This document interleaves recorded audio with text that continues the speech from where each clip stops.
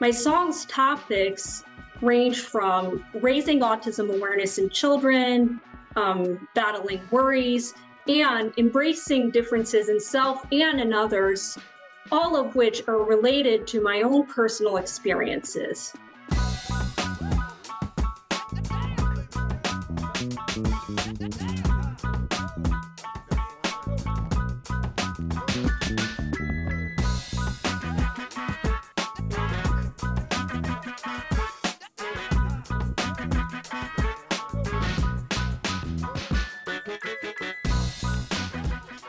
Welcome to Adulting on the Spectrum. In this podcast, we want to highlight the real voices of autistic adults, not just inspirational stories, but people like us talking about their day-to-day life.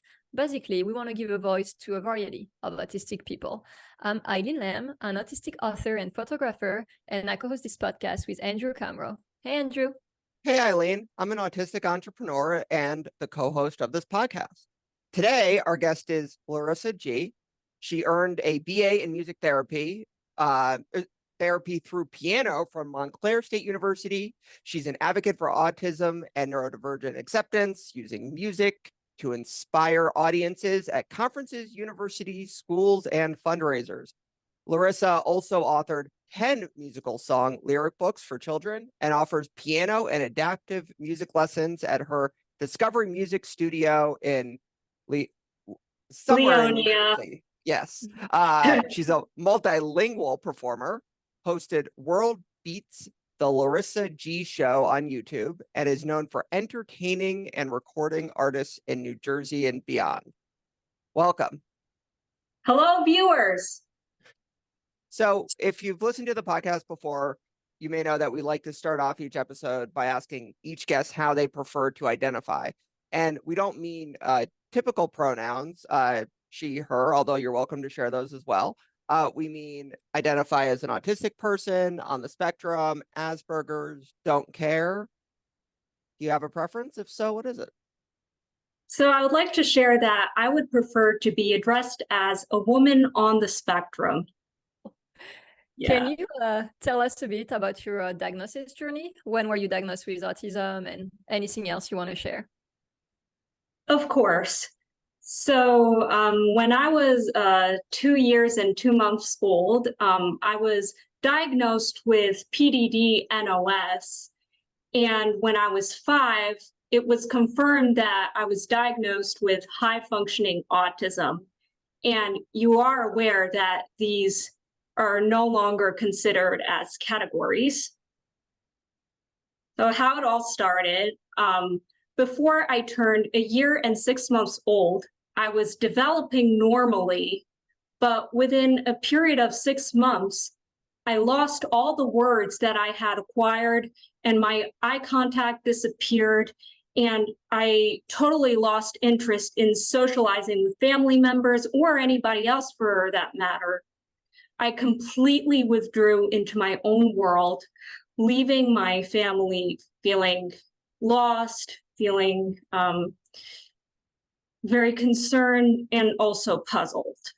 So as you're aware, in the early 90s, finding information about how to help your newly diagnosed child was extremely difficult for parents at the time. Despite the fact that this organization called COSAC did exist at the time, and by the way, COSAC stands for the New Jersey Center for Outreach and Services for the Autism Community, and today it is known as Autism New Jersey. The information that was available at the time was scarce, and there was a lot of uncertainty about which therapies may or may not work, if at all. So I have to give a huge credit and a shout out to my parents, especially my mother, who consistently stayed hands-on and involved in searching for the best possible interventions for me.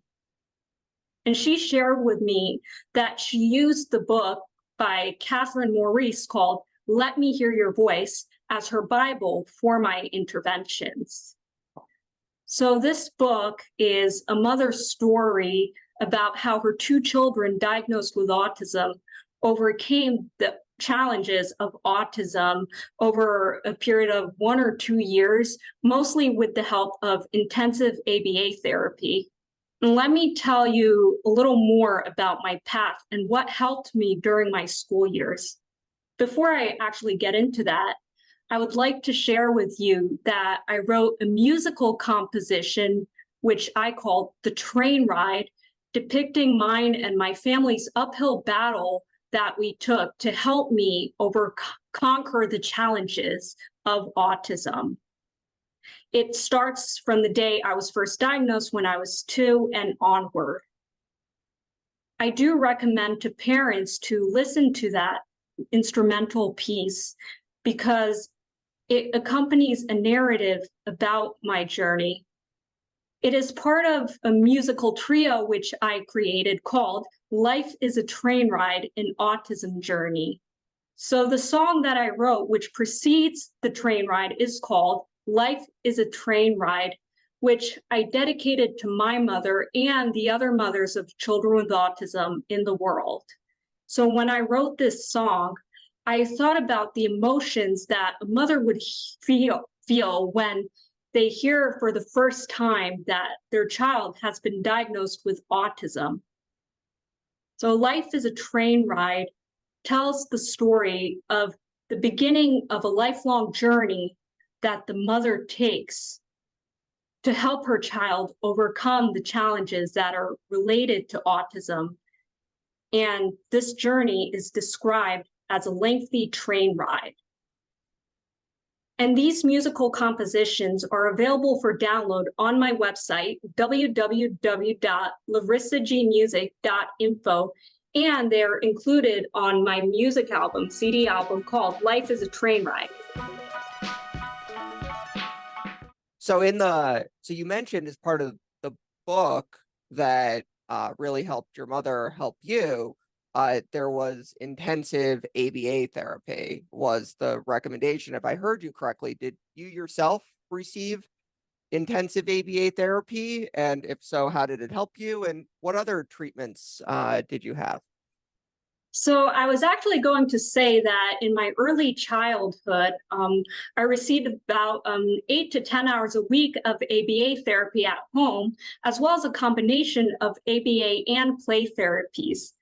And in school, I received regular speech therapy, which was crucial, as well as physical therapies, occupational therapies, and social skills training.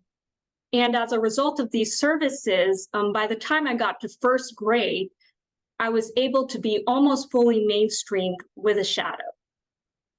So with the help of all of these supports that I've been receiving at home and in school, I eventually start to speak in fuller sentences by the time I was 8 years old, and more so spontaneously by the time I was 10. And during my school years, I was doing very well academically. I was on the principal's list consistently when I was in middle school and high school. So my school program incorporated a few replacement classes, and the one class that I remember being in the longest was language arts, all the way until the end of 7th grade. I was on a principal's list too, all through elementary school. Seriously? I don't think it was. No way. No, I don't think it was the good list though. It was the shit list. It was the opposite of the good list. Boo. It's actually, I think that's true. Actually, anyway. So yeah, I mean, so you had some intensive ABA. Do you have, do you think it helped you a lot, or do you have severe PTSD and trauma from the severe abuse of ABA? That's sarcasm with quotes for people who aren't watching the video, or sarcastic, which is probably most of our podcast now that I think about it. Okay. Traumatized? Are you kidding me? No way. I'm actually really grateful for everything that I received. And I have to add that I was going to say that going back to that, it's very important to add that for the sake of inspiring parents of children with autism, that my parents literally had to fight with the school district for services like, for instance, a special monthly ABA consultant, and my mother, together with the child study team was carefully handpicking all my teachers and my classes. And I was going to mention that when I was in 8th grade, I was fully mainstreamed into the regular language arts classes. And there was this amazing and inspiring teacher, Mrs. Susan Pollock, who unfortunately passed away a couple of years ago. May she rest in peace. And I remember doing extremely well in her class, and that was a big triumph for me. And Why do you think you did so well in her class? Well, I have to say that besides all the help that I've been receiving at home and in school, and the help from my family, especially my mother, I think it also was my own perseverance that contributed to that as well. Well, no, you mentioned the teacher specifically, so I was just curious. There's a lot of educators, people out there. If there was anything particular about that class or that person, given you gave her a shout out, or it was just a fact and nothing to do with her, which is okay too. Well, but that teacher was really inspiring, and she was actually one of my favorite teachers. And I was the kind of person who was never afraid to ask for help when I needed it. And since we had a good rapport, I felt like comfortable asking for help, and that actually takes you a long way. Thank you. No, that was perfect. So just being kind and just helping somebody who asks. Oh, totally. No, Seems like the bare minimum, but I guess it's important. Can you tell us about your YouTube channel? I know you started talking about it, but what made you want to start a YouTube channel? Yeah, so yes, the history of my YouTube channel dates all the way back to 2012 when I first started college. So in parallel to being a music therapy student, I was a performing musician. So to get my name across and to build a fan base, I was recording music that I was performing live and on music CDs. So as I was singing, playing, and performing more and more, my creative team, which consisted of an autism self-advocate who also happens to be my music technician for many years and a good friend of mine, James Williams, and my mother, who is a healthcare professional and also happens to be my music manager, aka my momager. So together they created animated music videos to put on my newly created YouTube channel at the time. And over time, my YouTube channel expanded into including original songs and music videos of autism and disability messages for the community. And this is what led me to create and produce my own edutainment YouTube show called Words and Beats, the Larissa G Show. So the show's title reflects the content of the talk show. So the words reflect the discussion of the themes that are raised in my books, whereas the beats reflect the musical portions of the show, which included animated music videos related to my books, as well as the songs and the live music performances. So please do check out the 10 episodes of my Words and Beats, the Larissa G Show, on my YouTube channel, Larissa G Music. The show is edutaining. It's both educational and entertaining, and it raises a lot of themes related to autism awareness and acceptance. So how does writing an original song comes to you? Like, is it an idea first, a chorus, a chord? I'm just interested in the creative process. Okay, so that is actually a great question, and thank you for showing interest in that topic. So remember that my original songs have a goal of raising awareness on a specific topic, as well as eliciting listeners' emotions on that topic. So my original songs are mostly derived from my own personal experiences and emotions on that particular topic. And that is what sets the tone for the song's theme and the lyrics. So for instance, my song's topics range from raising autism awareness in children, battling worries, and embracing differences in self and in others, all of which are related to my own personal experiences. And then I think about the current realities of these topics and how to relate these topics to my potential audiences. So then I organize my thoughts into a rhyming poem utilizing symbolism and metaphors and sometimes mystical elements into the poem. And once the poem is ready, I start creating the melody. And as a classically trained musician in both voice and piano, when it comes to writing a song, I may be inspired by some classical musical elements and often by the rhythm of one of my favorite musical genres, the 80s music. Who's an 80s fan? Raise your hand. Awesome. And I may use some world music elements as well. So after that, and then in order to make the music tune catchy and pleasant to the ear, I like to use the consonant chords, like the dominant chords, which is the 1-4-5 chord structure for the harmony that accompanies the melody.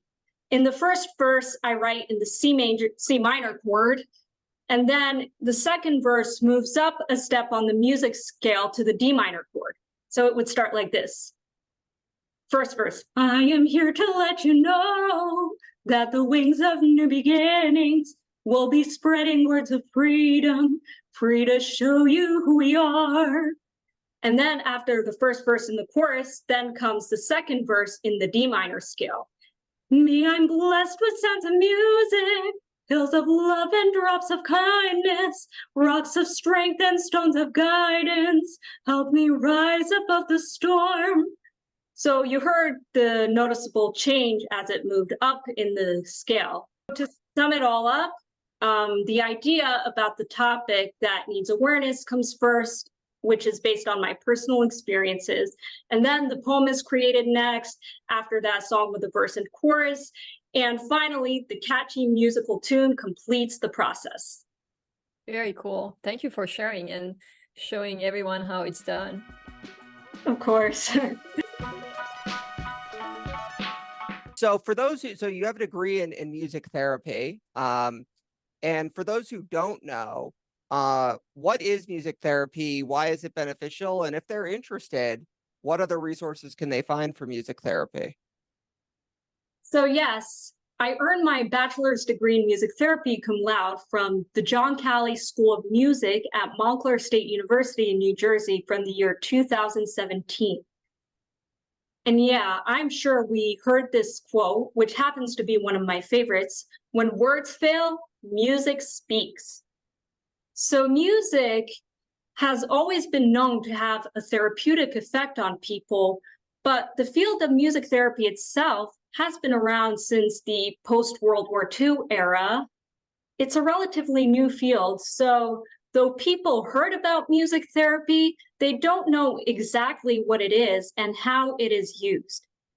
So music therapy, by definition, is an allied health profession that utilizes music to address the areas of need of each individual person. So music therapy aims to reduce stress, increase memory skills, and to enhance the quality of life of people.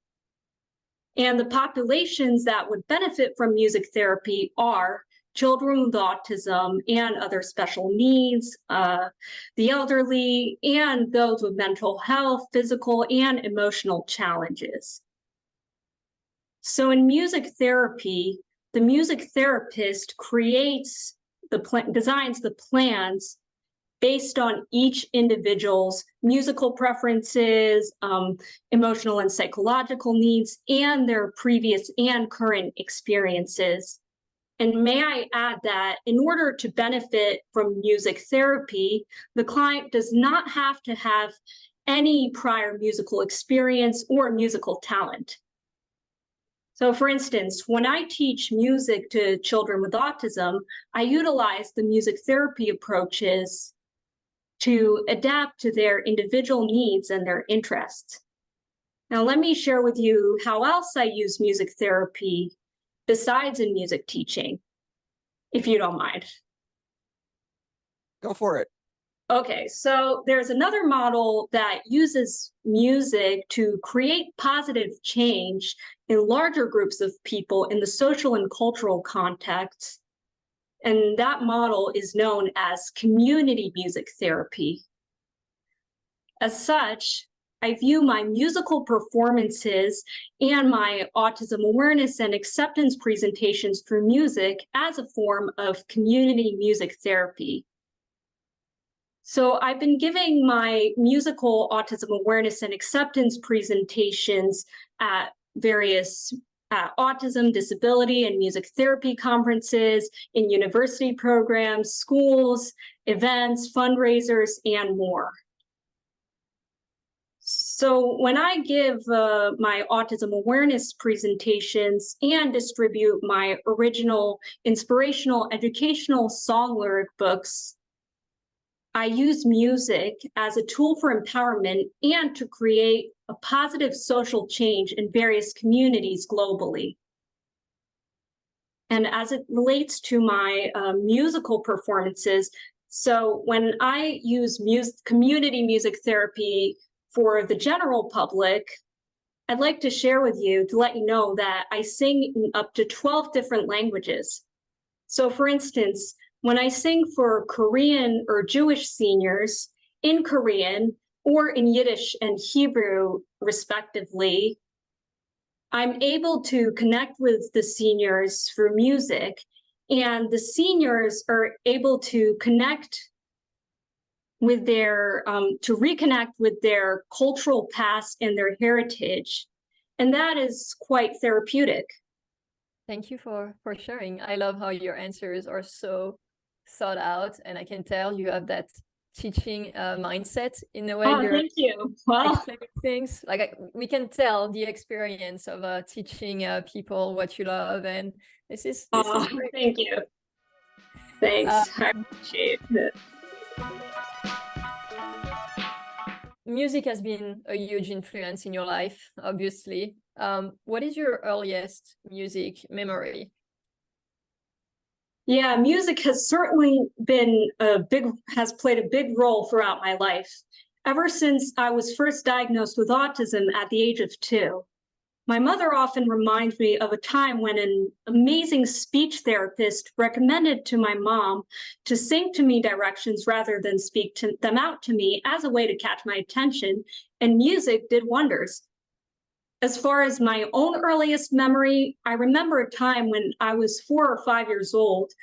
I was watching my older brother take piano lessons at home, right here in this room, believe it or not. Since I was copying my older brother in every extracurricular activity that he did, I expressed an interest in taking piano lessons. And so that is when my connection with music has begun officially. So I have looked at your YouTube video, and I have noticed that you do 2 songs by Leonard Cohen.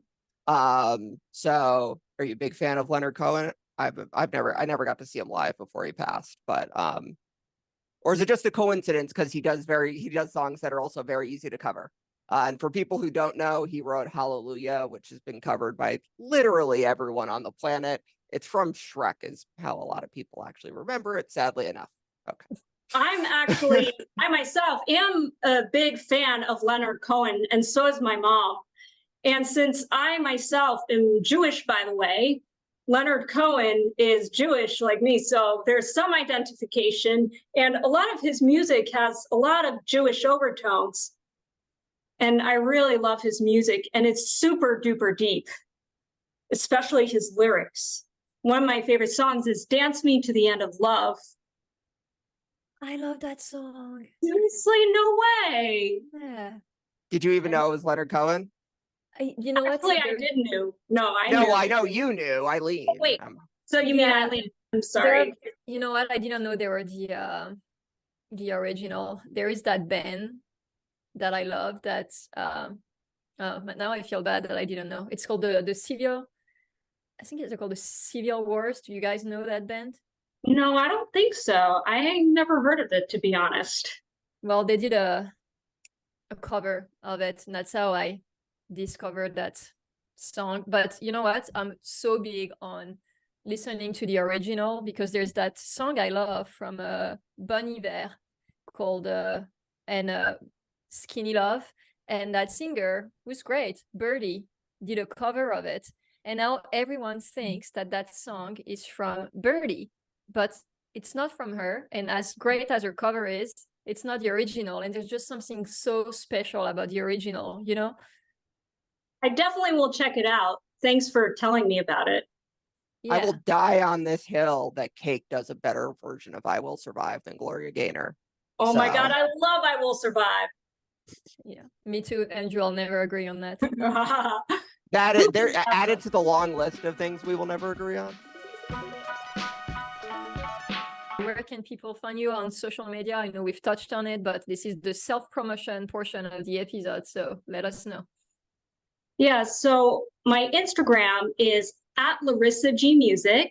You could take note of that. And my website is www.larissagmusic.info. And you could particularly find my books at www.larissagmusic.info/my-books. And if you don't mind, I can share with you some of the books. So here is Life is a Train Ride, an Autism Journey, which is a book of poems and story put to music. And this is a story, my own autobiography of my journey growing up on the autism spectrum.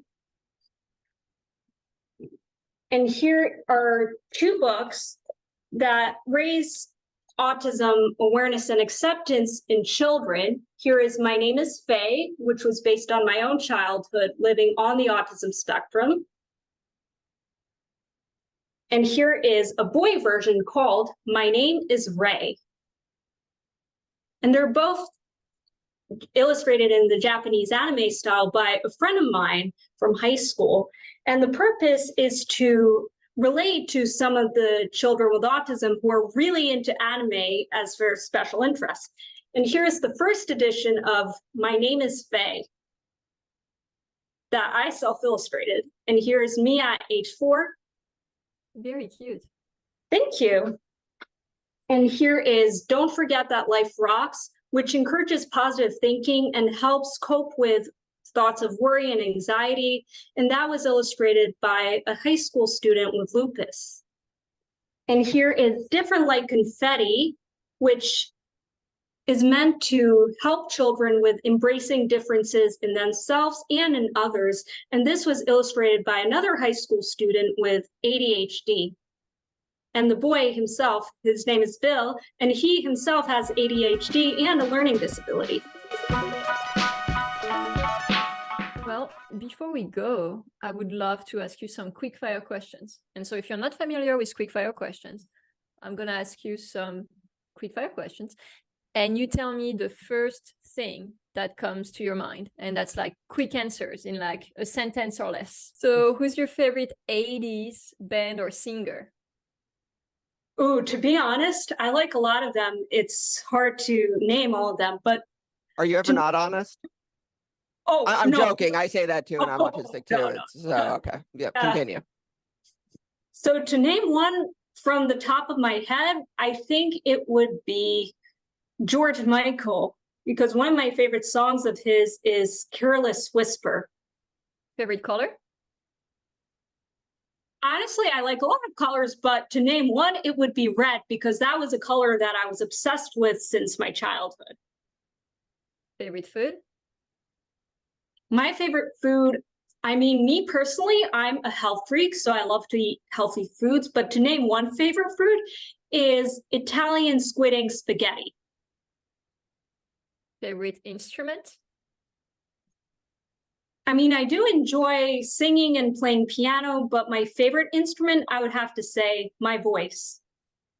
Oh, such a great answer. Yeah, thank you. Pretty good.